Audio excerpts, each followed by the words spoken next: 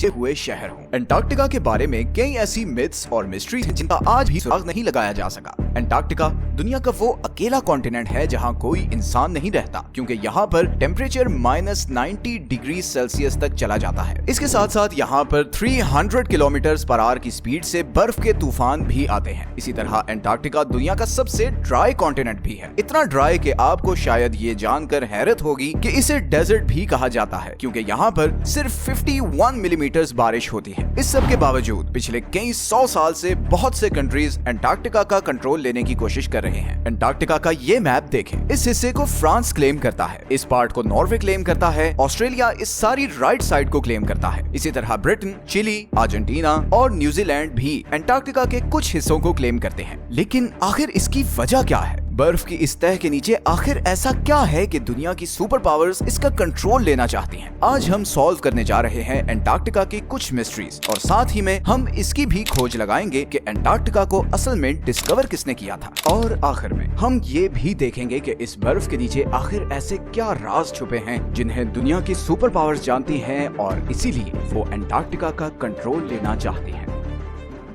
Antarctica किसने discover किया? Depends on who you are asking. Britishers कहते हैं कि अंटार्कटिका उन्होंने डिस्कवर किया था, जबकि रशियंस कहते हैं कि सबसे पहले उन्होंने यहाँ कदम रखा था। लेकिन अंटार्कटिका का जिक्र आज से कई हजार साल पहले ग्रीक फिलोसोफर एरिस्टोटल ने किया था, जब उसने कहा कि जमीन गोल है और नॉर्थ और साउथ पोल एक दूसरे के मिरर इमेजेस हैं। 2021 में रॉयल सोसाइटी ऑफ न्यूजीलैंड की एक स्टडी पब्लिश हुई जिसमें यह कहा गया कि इधर ऑस्ट्रेलिया के पास पॉलिनेशियन आइलैंड्स पर रहने वाले माओरी लोग शायद पहले इंसान थे जो 7वीं सदी में अंटार्कटिका पहुंचे थे, क्योंकि उनकी पुरानी कहानियों में एक ऐसे बर्फीले कॉन्टिनेंट का जिक्र मिलता है जो जमीन की सदर्न साइड पर है। खैर, रिकॉर्डेड हिस्ट्री में ब्रिटिश ऑफिसर जेम्स कुक वो पहला यूरोपियन था जो अंटार्कटिक सर्कल क्रॉस करके इधर अंटार्कटिका के पास पहुंचा, लेकिन वो अभी अंटार्कटिका से 130 किलोमीटर दूर ही था कि उसने अपनी शिप वापस मोड़ ली, क्योंकि उसे अंटार्कटिका तो नजर नहीं आया मगर पानी में तैरते हुए आइसबर्ग्स जरूर नजर आए, और समुद्र के तेवर ऐसे थे कि शिप को आगे लेकर जाना बहुत खतरनाक था। इसीलिए जेम्स कुक ने कहा था कि इस सदर्न कॉन्टिनेंट तक पहुंचना इतना खतरनाक है कि शायद ही कभी कोई इंसान यहाँ तक आए। कैप्टन कुक के बाद और भी बहुत से लोगों ने अंटार्कटिका डिस्कवर करने की कोशिश की,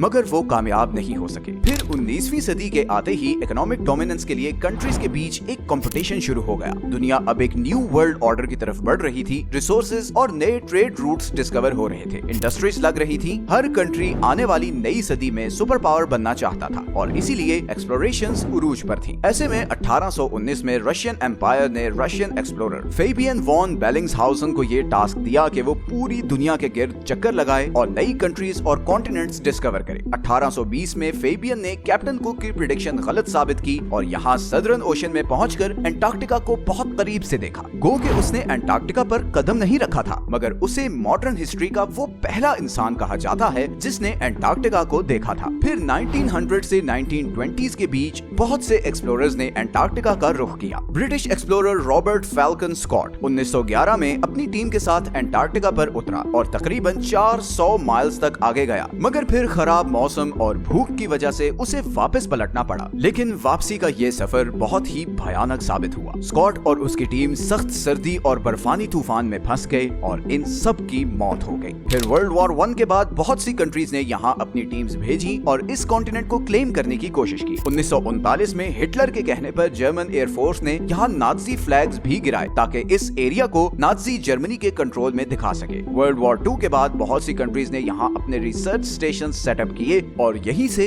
फिर अंटार्कटिका के बारे में मिस्टीरियस डिस्कवरीज होना शुरू हुई। सबसे पहली और बड़ी मिस्टीरियस डिस्कवरी ये है कि किसी जमाने में अंटार्कटिका पर बर्फ नहीं बल्कि घने जंगल थे। इंपीरियल कॉलेज ऑफ लंदन के साइंटिस्ट्स के मुताबिक उन्हें यहाँ फॉसिलाइज्ड वुड मिली, जिससे पता चलता है कि करीबन 90 मिलियन ईयर्स पहले अंटार्कटिका एक गर्म कॉन्टिनेंट था जहाँ पर घने जंगल होते थे। इसके अलावा उन्हें यहाँ कुछ ऐसे इंसेक्ट्स के फॉसिल्स भी मिले जो सिर्फ गर्म इलाकों में होते हैं। अंटार्कटिका के बारे में दूसरी बड़ी और मिस्टीरियस डिस्कवरी ये थी कि इस 3 किलोमीटर की बर्फ के नीचे 400 लेक्स हैं जिनका अपना ही इकोसिस्टम है। वहाँ पर ऐसे समुद्री जानवर हैं जो पूरी दुनिया में कहीं नहीं होते, जैसे ये बड़े बड़े स्पाइडर्स और सी थ्रू जेलीफिश। ये बर्फ के नीचे एक अलग ही दुनिया है। इसी तरह अंटार्कटिका पर एक और चीज जिसने बहुत से एक्सप्लोरर्स को बहुत सालों तक पजल किए रखा, वो ये खूनी चश्मे हैं। मैकमर्डो की वैली में ये वाटरफॉल ऐसे है जैसे बर्फ से खून निकल रहा हो। मगर हाल ही में साइंटिस्ट्स ने ये डिस्कवरी की है कि इस वाटरफॉल का सुर्ख रंग इसलिए है क्योंकि इस चश्मे को एक बहुत ही सॉल्टी लेक से पानी आता था, जिस पर अब कई 100 फुट बर्फ पड़ चुकी है और वो लेक एटमॉस्फेयर से बिल्कुल कट ऑफ है। इस पानी में बहुत ज्यादा आयरन है और इसीलिए जब ये पानी चश्मे में आता है तो ऑक्सीजन और धूप की वजह से पानी में मौजूद आयरन ऑक्सीडाइज होता है और उसका बिल्कुल जंग जैसा कलर हो जाता है। अंटार्कटिका के बारे में तीसरी सबसे बड़ी मिस्ट्री और कॉन्स्पिरेसी ये है कि इस बर्फ के नीचे कोई एंशिएंट सिविलाइजेशन है। बहुत से लोगों ने ये क्लेम किया है कि यहाँ पर एलियन स्पेस शिप्स भी देखी गई हैं।